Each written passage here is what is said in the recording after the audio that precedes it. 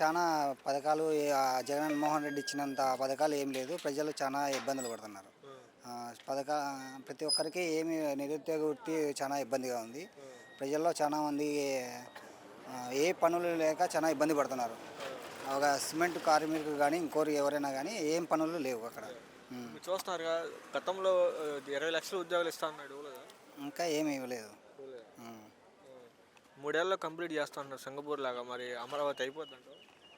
ఎప్పుడవుతుంది? సంవత్సరం అవుతుంది పాలన, రెండేళ్ళు వస్తుంది. ఇంకా ఏం చేస్తున్నారు? ఇంకా ఏం చేయలేదు కదా. మరేంటి వైసీపీ నాయకులు కార్యకర్తలు భయపడుతున్నారని చెప్పి అంటున్నాడు లోకేష్. ఎందుకు భయపడతారండి? ఎందుకు భయపడతారు?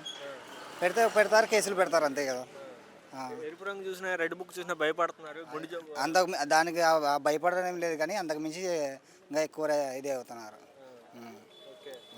మరేంటి రాబోయే రోజులు ఎలా ఉంటుంది అంటావు? 29 ఏముండదు, మామూలుగా వైసీపీ అయితే ఇంక నెక్స్ట్ గవర్నమెంట్ వస్తుంది.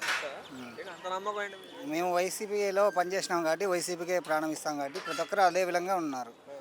ఏమంటే కొంతమంది జనాలు ఏం చేసినారంటే ఆ ఉచిత పథకాలు ఎక్కువ చెప్పడంలో వాళ్ళు ప్లస్ అయినారు, అంతే. మరి ఆ చంద్రబాబు నాయుడు గారు 6 గ్యారెంటీ పూర్తి అయిపోయినాడు మాట్లాడతారు. 4 మనం 4 పోతారు. అది ఏం చేయలేరు, అంతే. బెదిరిస్తున్నారు అంతే అందరినీ. ఈసారి ఎలా ఉంటుంది అంటారు రాయలసీమలో? ఈసారి రాయలసీమలో బాగా వైసీపీ ఫుల్గా ఉంటుంది. One side. మరేంటి వాళ్ళు అసలు రాయలసీమ ద్రోహి జగన్మోహన్ రెడ్డి రౌడీ గోండా ఎందుకైతాడు?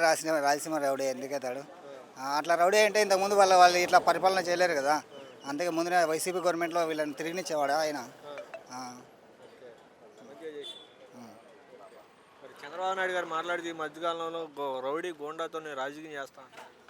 ఆయన ప్రతి ఒక్కరిని మేనేజ్ చేసుకుంటాడు కాబట్టి అతన్ని కేసులు అవన్నీ కనపడడం లేదు. జగన్మోహన్ రెడ్డి అట్లా ఒకరి గురించి పోడు కదా. ఆయన ఒకరితో మేనేజ్ కాడు, ఒకరి కాంప్రమైజ్ కాడు కాబట్టి వాళ్ళ కేసులు ఇవి ఉంటాయి.